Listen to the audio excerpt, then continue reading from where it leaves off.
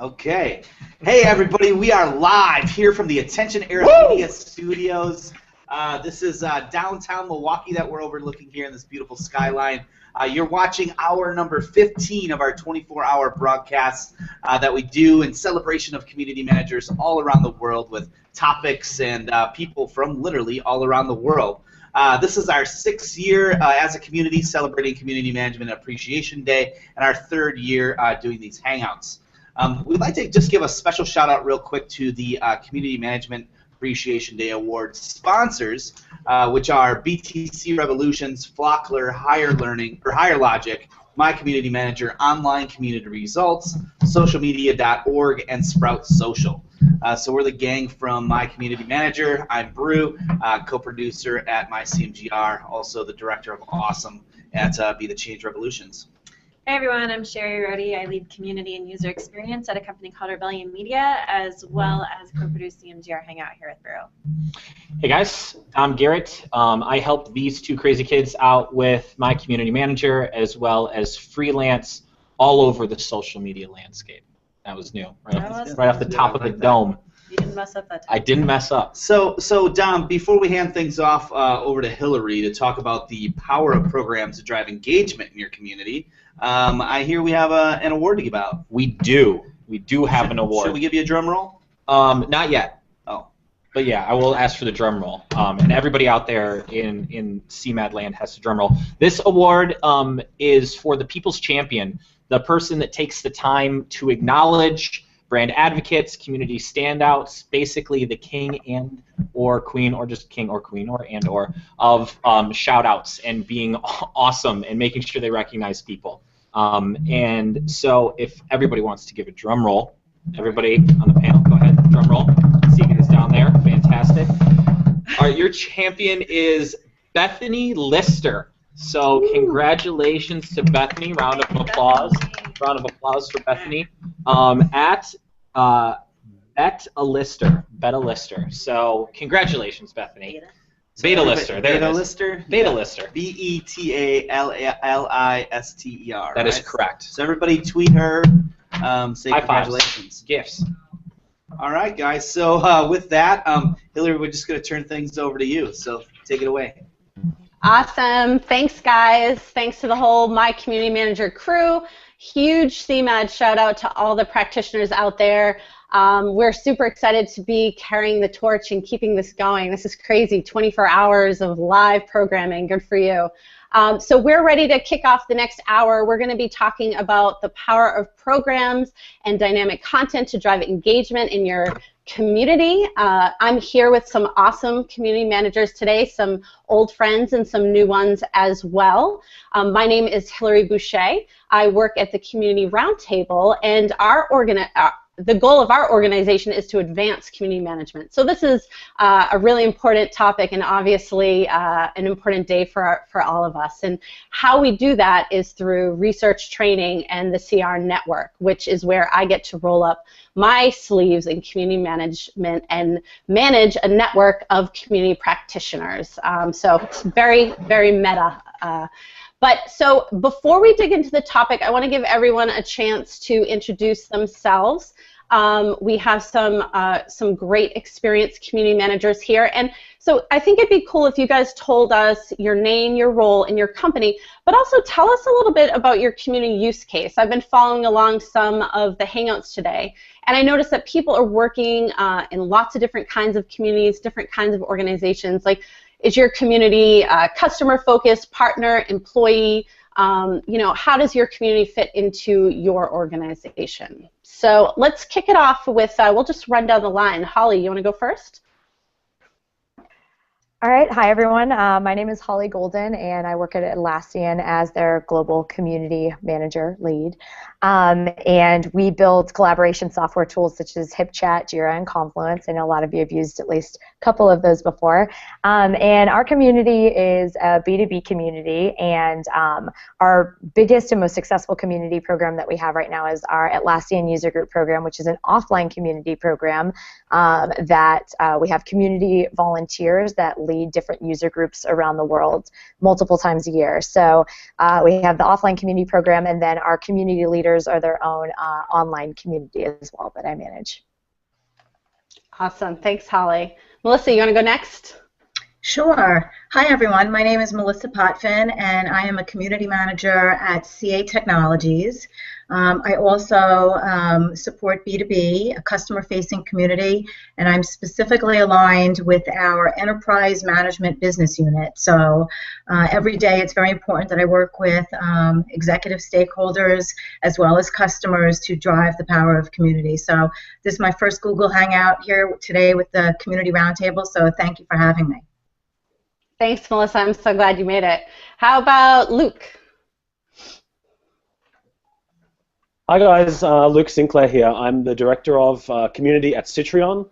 Citrion is an enterprise social collaboration and mobile software company, and I'm responsible for our customer network there called Engage. So I work every day with, I call them some of the brightest minds in enterprise social business. These are the champions, the advocates, the people who are out there really encouraging their people to work differently and make work better.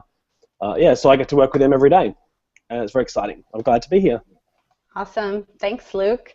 And Patrick? Hi, everybody. I'm Patrick Helen. I am the community manager for a company called CloudLock. We are a cloud security company focusing on making sure to enable as many customers as possible into using the cloud without, obviously, all of the potential headaches that security often brings in.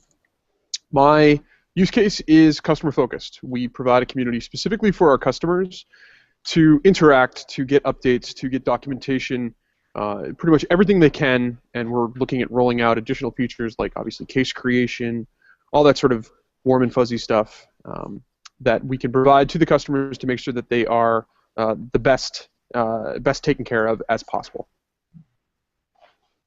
Awesome. Thanks, Patrick. Any blizzard updates while you're out there? So right now it's starting to come down pretty much straight down. It's not that cold yet. I am very well wrapped, but it's not horrible. I expect the winds to pick up relatively soon. So if suddenly you see me drop off this chat, you pretty much know why. All right, stay safe, stay safe. And how about Ted? Hey everybody, I'm Ted McInerney. I'm the head of content for the Community Roundtable, and I'm the one non-community manager that's actually part of this panel. My background is actually in, before I joined the Community Roundtable, which is about 2 months ago now, and I've had the chance to work with Hillary on, the reason I'm on this panel too is I worked with Hillary on, and actually a lot of other folks, on the Community Manager Handbook, which is a new publication we're putting out a little bit of today, if you want to go check it out on our website, and then we'll put out the full handbook next week. But my background is in a couple of areas where I've dealt a lot with content and programming, between broadcast journalism, where I spent nearly 20 years managing a number of different newsrooms, mainly in New England, and then also in the last 3 years managing digital content for a community foundation, the Boston Foundation, based in Boston, Massachusetts. So I'm hoping that I can bring some insights and other interesting facts from areas outside of the online community space to this conversation. Otherwise, I'm just going to sit and listen and learn a lot. Awesome. Thanks, Ted. So before we dig in, we have some great discussion questions. I just wanted to give a little context of why we're talking about content and programs today. And for those of you familiar with our work, we view the lens through our community maturity table. I'm sure there's somebody out there, hopefully on Twitter, who has a little bit more bandwidth than I do, who can drop in the model for anyone watching. But you know, we divide community management into 8 competencies. So there's strategy, there's leadership, culture, metrics and measurement, what am I forgetting? Tools, policies and governance, and of course content and programs. And so we know from working with tons of different organizations, hundreds of them, that this is a critical competency to driving engagement and getting value from your community for your organization, and having your members receive value as well. And one of the things that we've noticed lately is the gap in the conversation around content and programming, especially on the programming side of things. There's a lot of talk about content is king, especially on the social media side. And this might be a place where community managers could really learn from our counterpart social media managers who have their maybe finger a little bit more in this pulse, but there's almost nothing out there about what programs can do. And so we wanted to talk a little bit more about that. And often when someone's in the start phase of building a community, the 3 competencies we recommend people focus on are strategy, community management, and content and programs. And it's often the content and programs that's overlooked. And when we hear folks say, you know, we put tons of effort into launch and adoption, but we can't get that repeat engagement, oftentimes they're missing a strategic editorial calendar that hits on both sides of that content and programs. So that was why we wanted to talk about it today, and I invited some folks, you know, we all got the intros, who have experience with it. The first question is really just to sort of lay a ground base of definition of what we're talking about. And I'll offer, you know, how we see it. Content is anything you post in your network, from blogs, podcasts, videos, any piece of content, whereas programs are simply events for your members, live events for your members. And I'll open that up. I'm curious. I'm sure people are tweeting their own definitions of it, but what do you guys think? Do you have anything to add, or do you see it differently?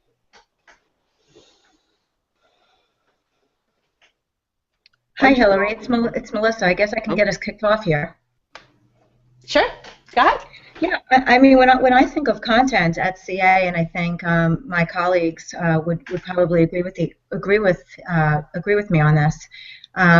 We have many different types of content, and we like to look at that in terms of basic content and advanced content.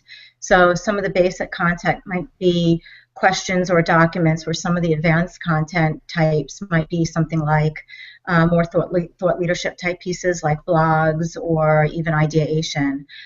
So I think it's important when you're developing programs to think about the different types of content that you might want to promote. And then, like you said, there's also these events that really draw in a lot of people. But more than anything, the point I wanted to make is that I think it's very important that programs are created in alignment with your company's goals and strategy. So, I mean, I think a perfect example of that is if your company goal is tied to loyalty, then your programs should be meant to drive that goal. So that's just my perspective. Absolutely, Melissa. Agreed. Anyone else? Ted, do you have any perspective with your background in traditional programming? How, you know, it must be interesting for you coming from working in live television programming and then seeing us evolve into community programming. Any perspectives on that? Yeah, well, it's interesting because I think that the concept of programs is something that obviously, you know, television journalism and television in general has done for, you know, decades.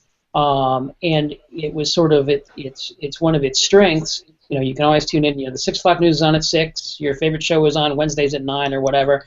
And on the one hand, that became very limiting for programming, and that's part of why, you know, social media has really you know, been able to do such a great job against traditional programming. But at the same time, I think there's something that, you know, we as community managers and social media managers can take away from the fact that you know, for decades you had organizations that were able to really build loyal fan bases around kind of the concept of regular and predictable content. So it's not, you know, doing a newscast every night. You know, if you ran a news station and just said, well, we're going to be on channel 37 all the time, but we're only going to actually do anything when, you know, something interesting happens. So just like leave it on channel 37 and wait for something interesting to happen. It wouldn't work very well for a television station. And I think in some ways there's something you can take from that for communities as well. If you make your community something where, you know, you're going to create great content from time to time, but there's not necessarily any sort of predictable nature to it. You know, people will be excited to see your content, but they may not necessarily consider themselves make you a place to go back to on a regular basis, because they don't really know necessarily what they're going to expect from time to time. So if you want to build those habits, programs are a great way to do that. Cool. Anybody else before we move on? Yeah, I would just say that you know, we build our communities so that our customers have a way to connect with each other, and the content that we deliver them is really their way to connect with us during these community programs. So like I said, we run offline community programs, and we have customer leaders that run them. So we provide as valuable of content that we can to these customer leaders so that they can shape their community programs around that, and so that they can build exactly what their community is looking for. So we never provide content to them and say, this is absolutely something you have to use in your programs or when you're having these meetups in your city, but it's kind of guidelines that they can pick and choose from or work off of, so that they have the ownership over what they're delivering their community, but we give them, you know, a huge library of things that they can pull from. So it's really about them connecting with each other, but we still have the connection with them, and a lot of that is through the content that we deliver them. That's awesome, Holly. I love the emphasis on collaborating with them and that they have like an active role in it. That's a sign of great community maturity. That's awesome. All right, are we ready to move on? So question number 2, we're going to talk about what makes content dynamic. We're going to focus just on the content side of things, and what kinds of content encourage engagement. Melissa touched upon this a little bit.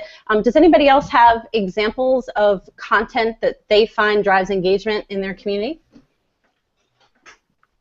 I do. One of the things that I'm in sort of an interesting position on is that because I'm working with customers, I have sort of a captive audience in that they're looking for updates, for information, for sort of the insider pitch that they can't get outside of the company.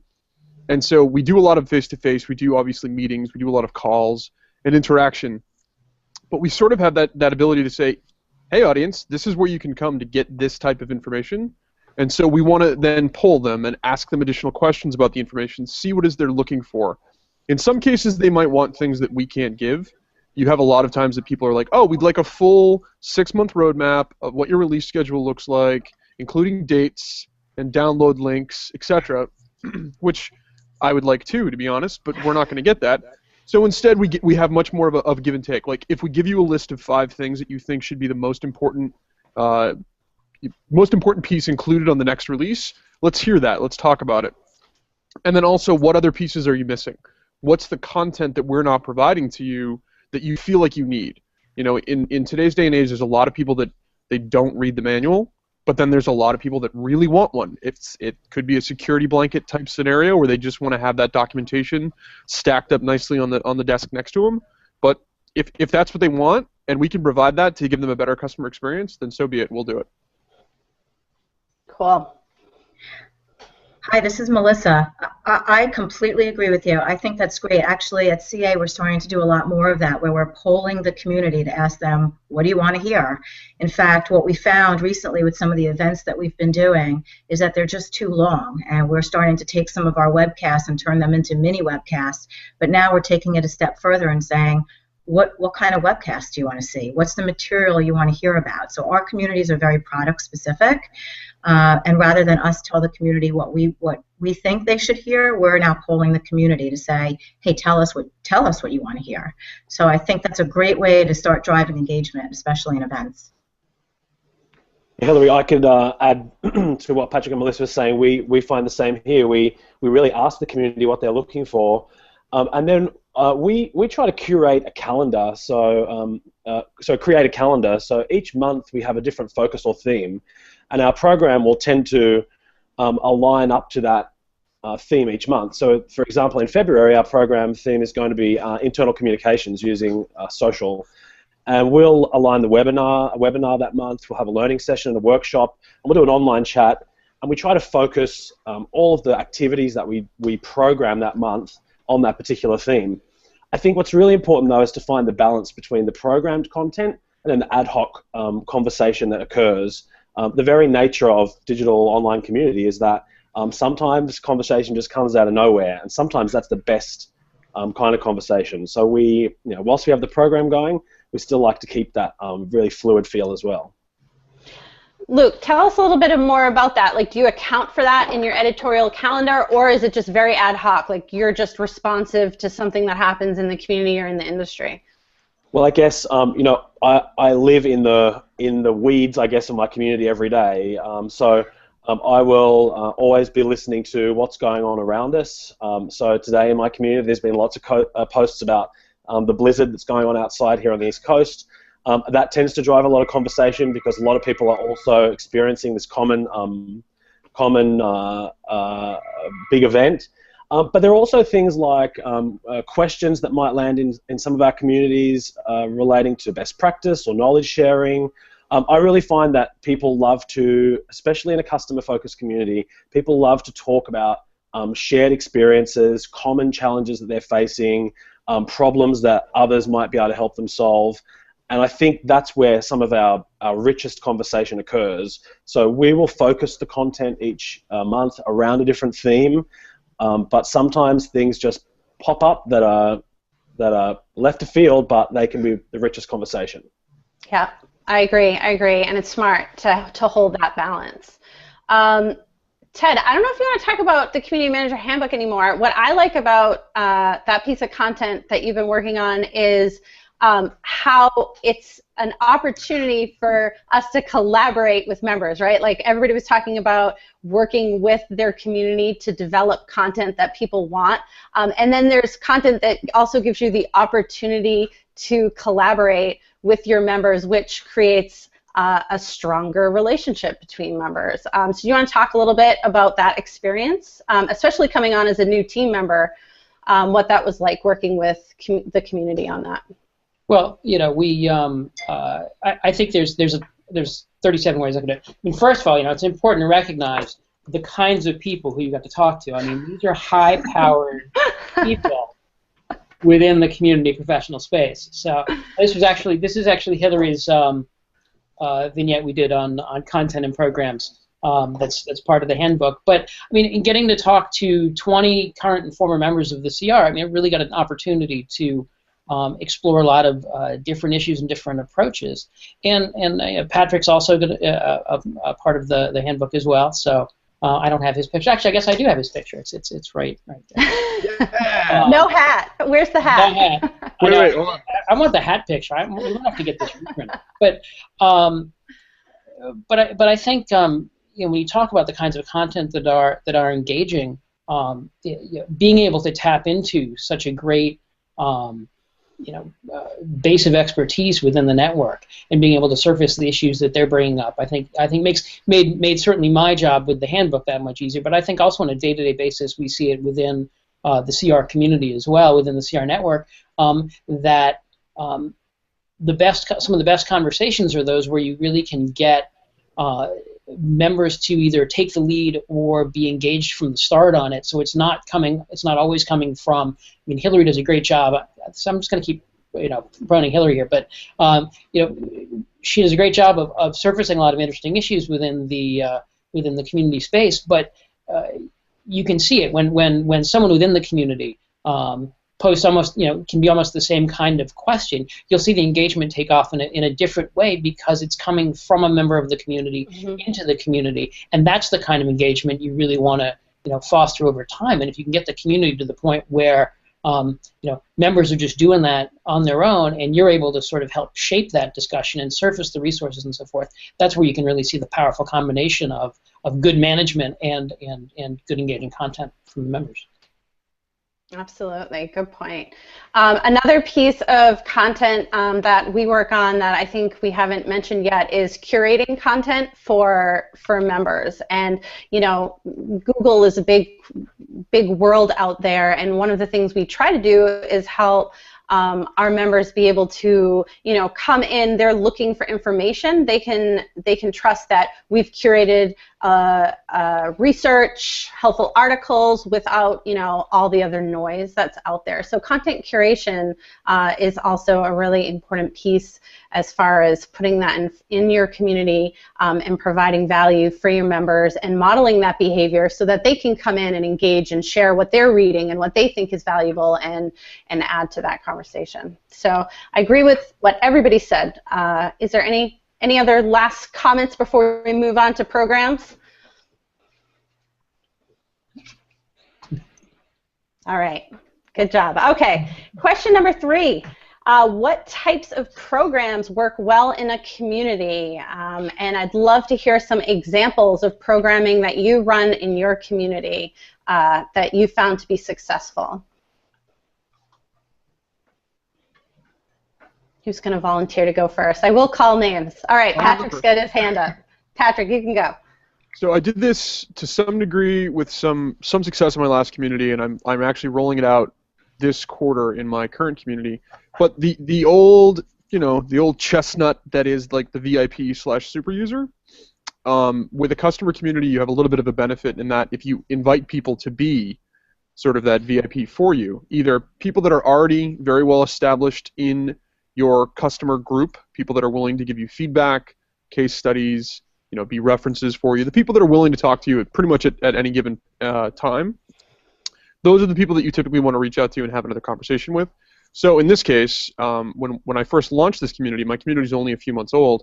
When I first launched it, I went through the process of saying, all right, our most sort of fervent and engaged people, let's reach out to them and make them beta testers. Let's say, I'm about to launch a community for you. Let's make you right on the cusp of everything that goes along with the community. So tell us what you like, tell us what you don't like, etc. And so we're going to start doing that as well with some additional aspects of the business. So not community-based, but much more product-based, to say our new project is we're going to provide this many people with preview access and have you comment on and test and let us know what you like and don't like. And then in turn, those people might get, depending on how we roll this out, if you are those people, you might get an aspect of maybe an invite to our road shows, maybe an invite to our user group that we do once a year, some sort of some extra special, a benefit to being that engaged person for us. Awesome, great. Anybody else have an example of programming that is working well for your community members? Yep. So I feel like this is probably the most valuable part I can add here on the panel because, like I said, we have a live in-person user group community around the world, and so that is one big program that's been really successful for us.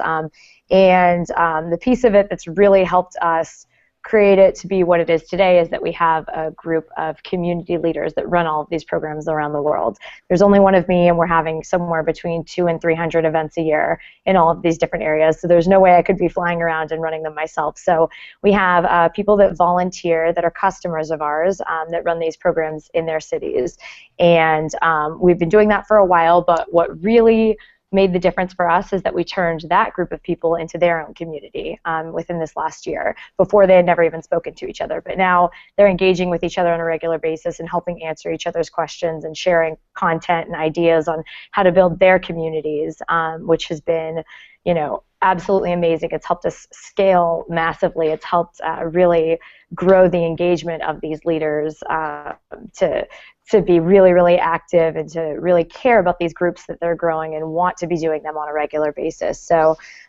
definitely it's very similar to what Patrick was talking about, that these are kind of our MVPs, and we do some special things for them as well to encourage them to stay engaged. And the things that I find that keep these people really happy is that they're looking for status. They want some kind of badge next to their name or to be called out as a user group leader. And then they really are interested in network and knowledge sharing, and that's a huge benefit why a lot of them start these user groups. And then special access and status, so they want to be beta testing things before everyone else, so they want special content before everyone else. And then perks, so they do get free tickets to all of our conferences, and then at the conference we do a training and appreciation day where we do different training stuff to teach them how to grow their communities and to run these different events, and then also just spoil the hell out of them with everything all day to thank them for everything that they do for us. And so that program's been really successful, both the user group community program and then the leader program that we've done. And so I think, yeah, what Patrick said, it's very important to recognize the people that are going above and beyond and that are your biggest advocates, especially people that can help build the community as well.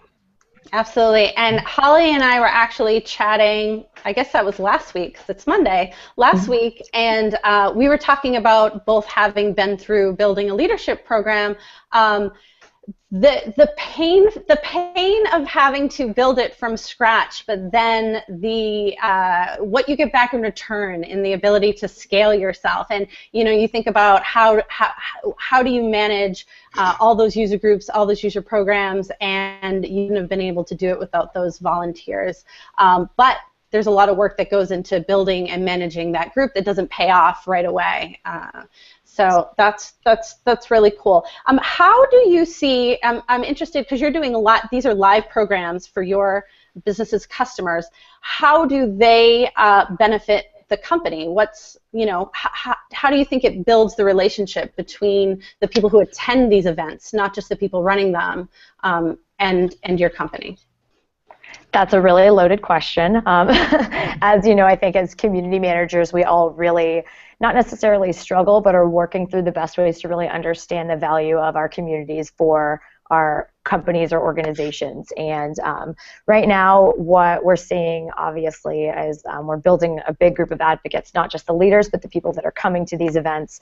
They're leaving work, and instead of going home, they're going to meet to talk about using our products. So we've got this great network of people that want to be better at using our products, that want to learn other cool ways that people are doing the same thing. And so that's why they're a part of these groups. For us, I mean, it increases word of mouth marketing, it helps us scale support, and it gives us this channel that we don't have. If somebody calls in support and they say, hey, I'm not sure, the best way to use this product for my use case, we can tell them how to use the product or different ways they can use the product, but when they go out and see another company doing something really cool with that, that just opens tons of doors for our customers to be able to really use things the best way possible that they may have never thought of and that we have not ever thought of as well.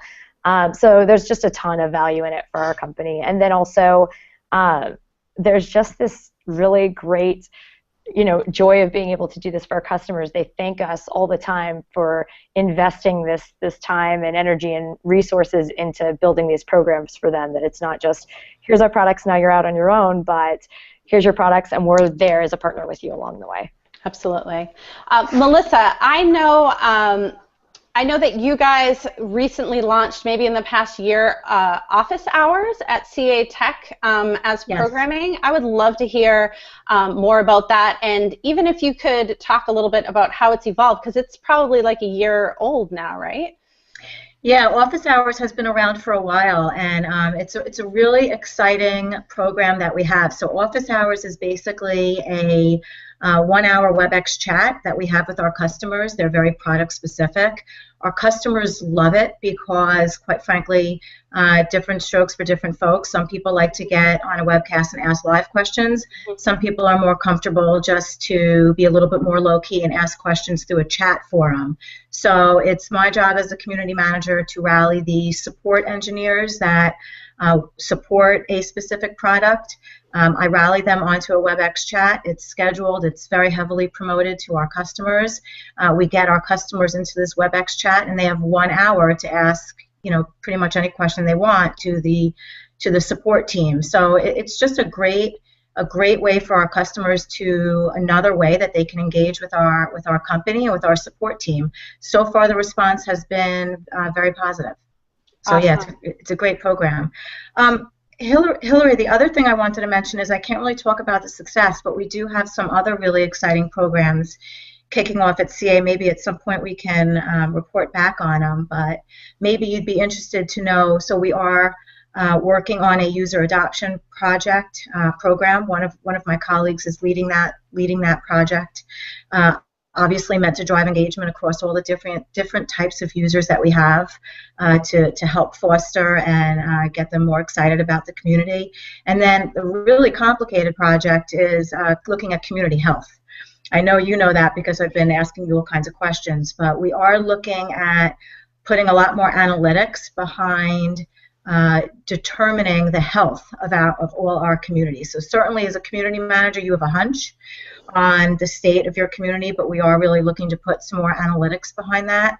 We're in the early stages of this project, so as we progress, I'd love to engage with everyone on the panel here to get some feedback. That's awesome.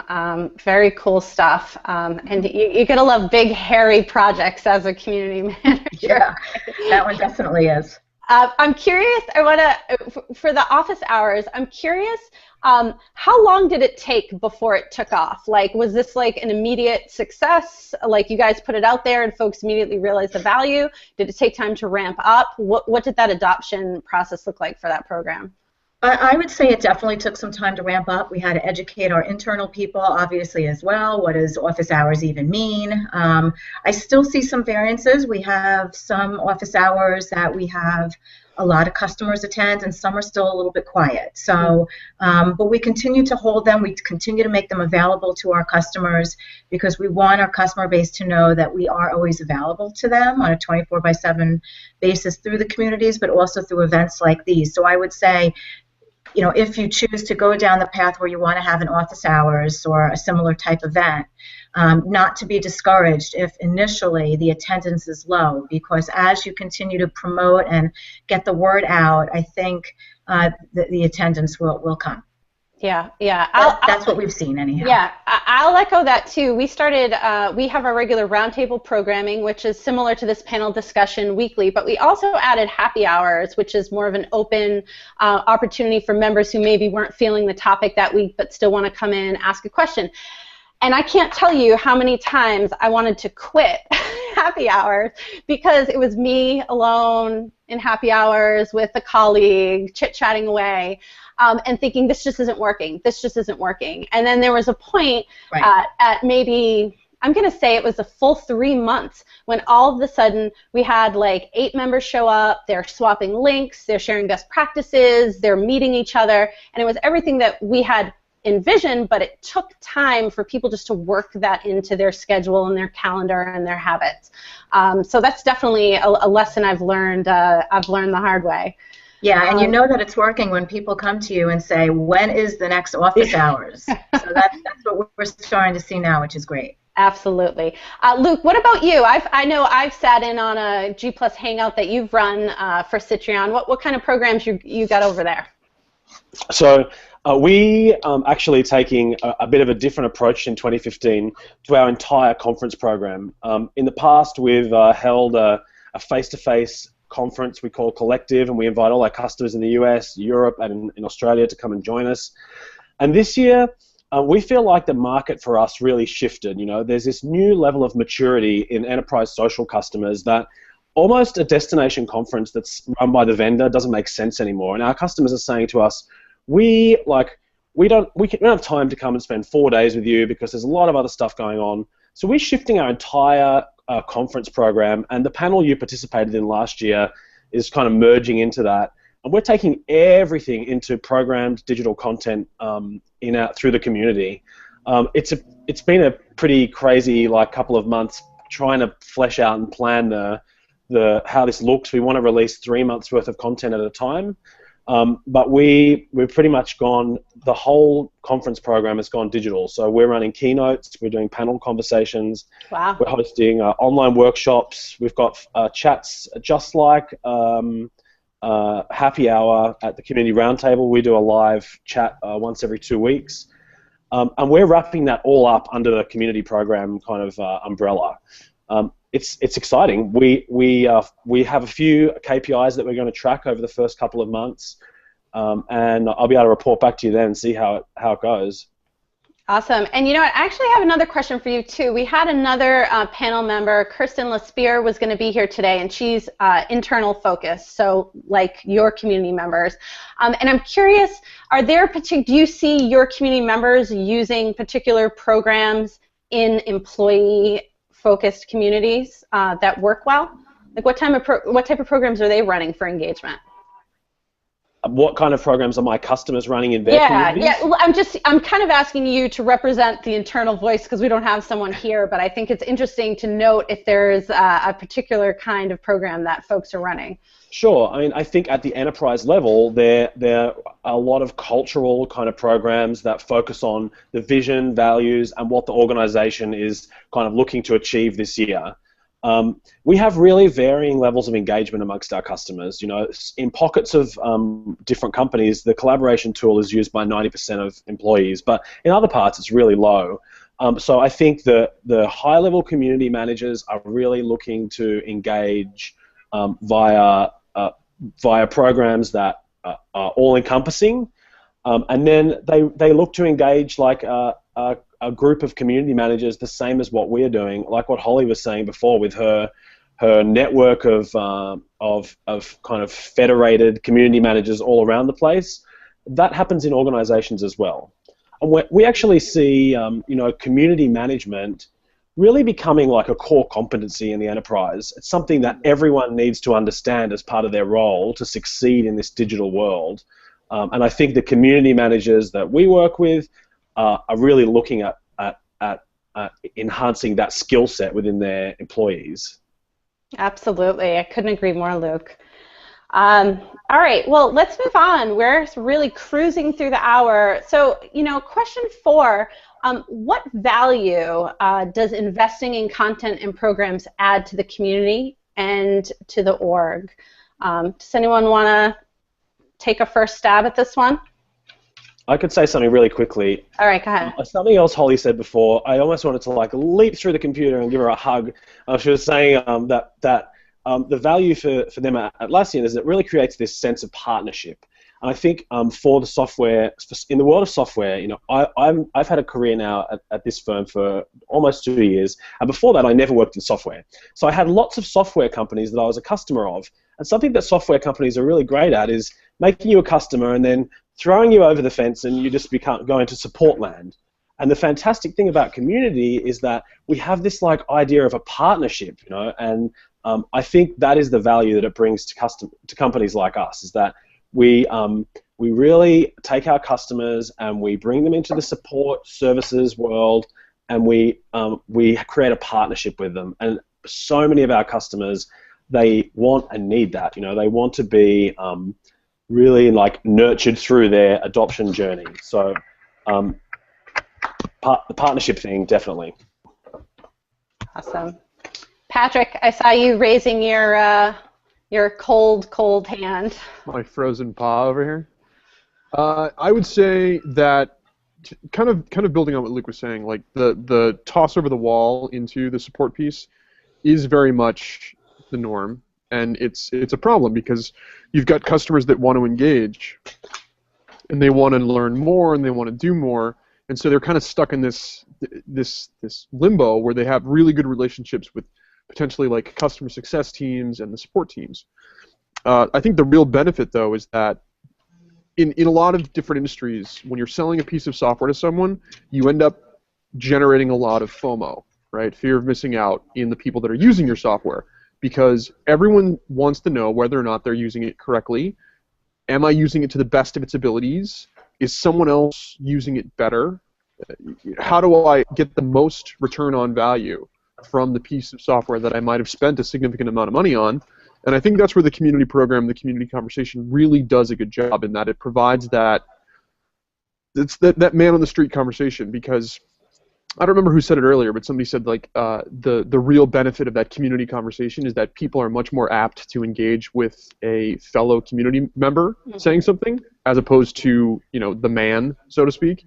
And that is really the truth. Like if we put something out from my company, if I put a piece of information or a thought leadership piece or something out, and that's our opinion, people are interested in our opinion, but they're much more interested in sharing the various different pieces of content that each other can do. And they're also interested in what the best practices that the average user would suggest, as opposed to what the best practice that the people that designed the software would suggest in a lot of cases. So I think that's the real sort of intangible benefit there. Patrick, that is so true. I find that to be so. Like, if I'm like, oh, it would be so interesting to, it would be really valuable to all of us to hear about how we all onboard our new members, right? I put that out there. Everyone's like, why? To like make Hillary's day happy? But if a member comes and is like, guys, I'm building this. This is like, I have a deadline. This is what I'm working on. This is why it's important to me. I can go tap people, and people run and share their best practices and offer to jump on the phone with this member. And so, I think it really speaks to the importance of collaborating with your members when creating these content and programs, because you're more likely to get that further engagement, and you're more likely that your members are going to find it valuable. I don't know what it's more organic, right? It's more authentic in a way. I'm asking it to stimulate engagement because I'm a community manager. A fellow member is asking it for, an absolute need, and I think people, respond to that.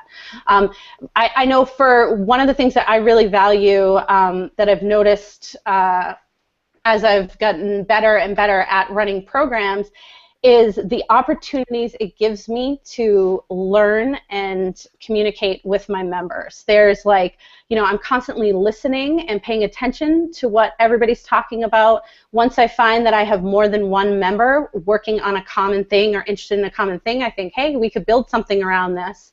Then I go to them and I ask them what their biggest challenge is with them. Maybe we hop on a quick phone call. I gather questions. Then we actually host the event that they're coming to. We get more members to come in and contribute. They're coming into the network to join this, this event. They're poking around at other pieces of content while they're in there. And then we're releasing content back from that program to the membership, and I use that again as a touch point, and I'll go comment on members' pages and say, hey, thanks for attending. Here are the reports. Hope you find it interesting. And that being in communication with members I find to be so valuable when it's so much easier to pick up the phone and to collaborate with them in the future if you're having all those communication touch points. And you can ask Melissa and Luke and Patrick who know. Which is why they're on this panel, because I could call you guys up and say, hey guys. and I think that's a really important. Let's do this awesome feedback panel. That's a really important point, to let your content breathe beyond. When you put all this work into creating content, you put all this work into organizing program, and then you let it go, right? If it's a chat, the hour ends, or the thread kind of dies out, and if that's the last you ever do anything with it up, then you're really missing out on the opportunity, because it's such a rich resource to be able to tap into, both in terms of things you can go back and surface as documentation or whatever, but also those are the experts within your community, and it's such a shame when you sort of miss out on that chance, both to bring that intellect and that knowledge in, but also to recognize the folks in the community and the strengths that they bring into it, because they just that helps create that engagement and that richness of dialogue that otherwise you might not do. And Hillary's fantastic at that, so I'm sort of flagging her on that. But I've seen it in a lot of other communities. And when I'm a member of N10, speaking of Bethany Lister, who just won the People's Award there, it's another community that does a great job of resurfacing a lot of that stuff and then building their conference around it and so forth. So.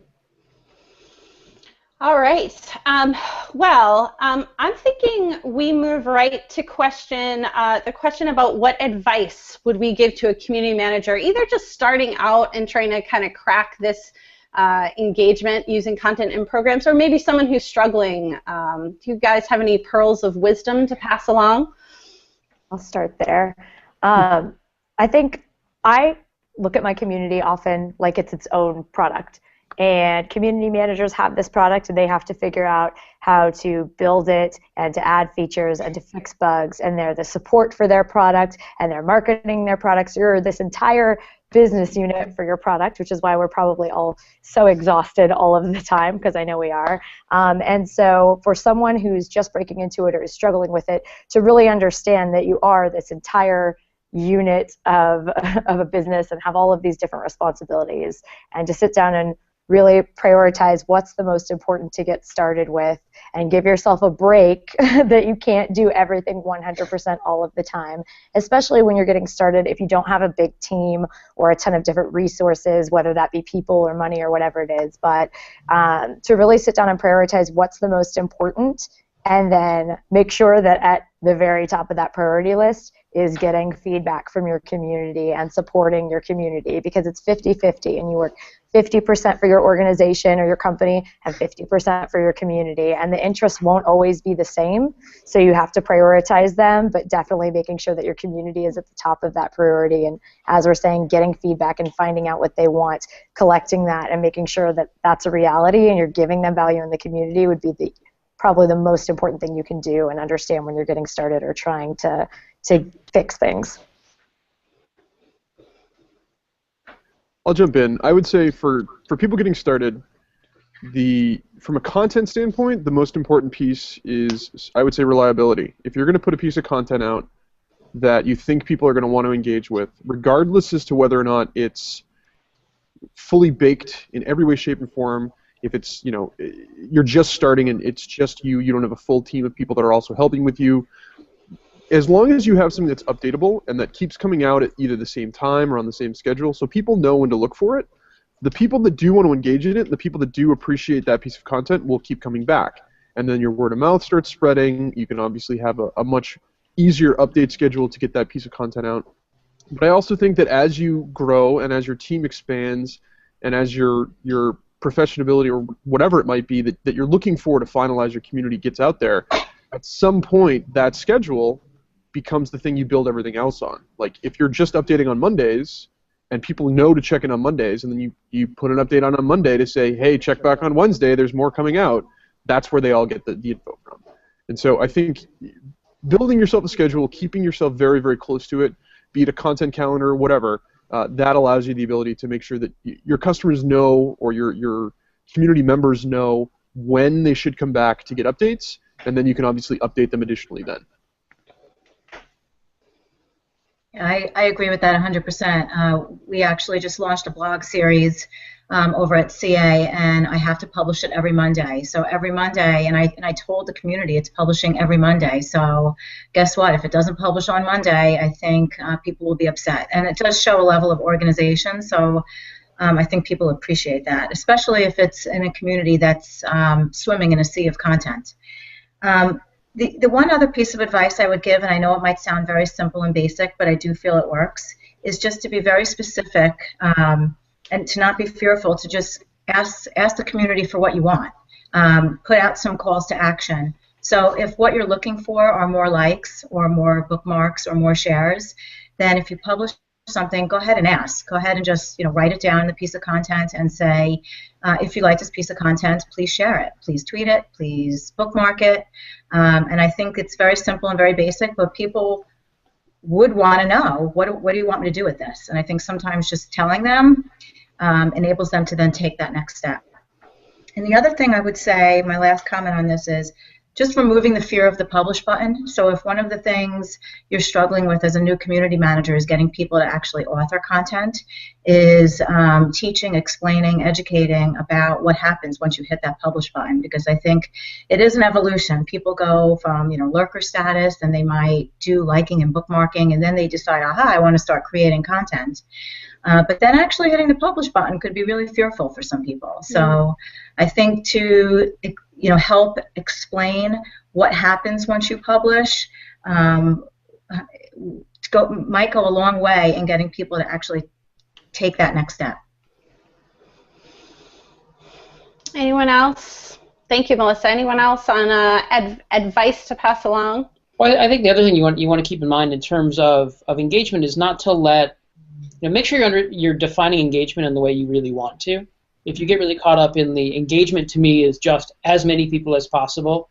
That's a really dangerous game to play, particularly early on in a community, right? You've got to create this culture, you've got to create this climate, you've got to build towards something. And if you just sort of, particularly for a new community manager, you want to see like all these people doing stuff.